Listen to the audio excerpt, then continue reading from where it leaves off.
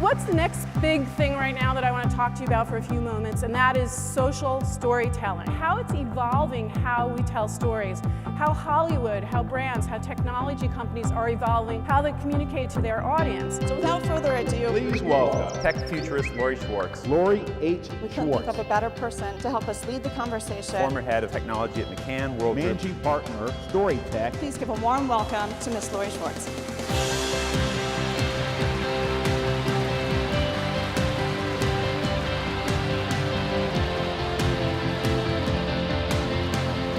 how many of you are Star Trek fans?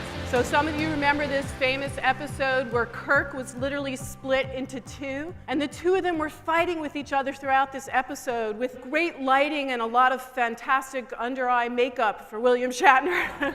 But this is really showing these two halves of who we are, that analytical side and that creative side, and they just really, in the end, they could not survive apart. How many of you have a toddler and you watch that right brain just go wacky every morning? So we are actually born to have these two parts of our own personalities. We think like these. In the end, James Kirk got back with his two halves, got back on that transporter. How many of you have transported lately? How many of you had your atoms shuffled around and then put back together? Yeah, you have. I can recognize your face. You look like you were just transported.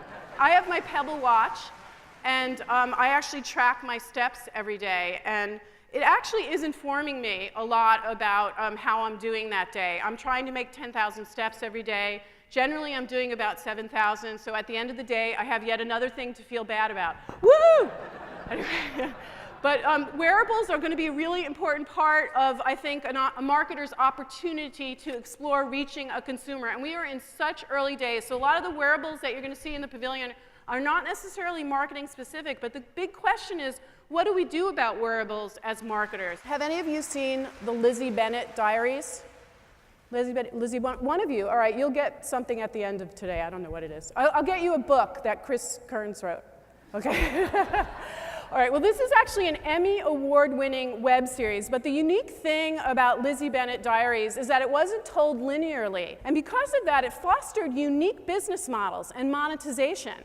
So they actually sold the clothing that the characters wore, and they pushed them on YouTube to mod cloth. And because there was such huge fan engagement around this show, and a very targeted audience, millennial women, they actually fundraised a DVD series of all the content for it afterwards, and it immediately sold out.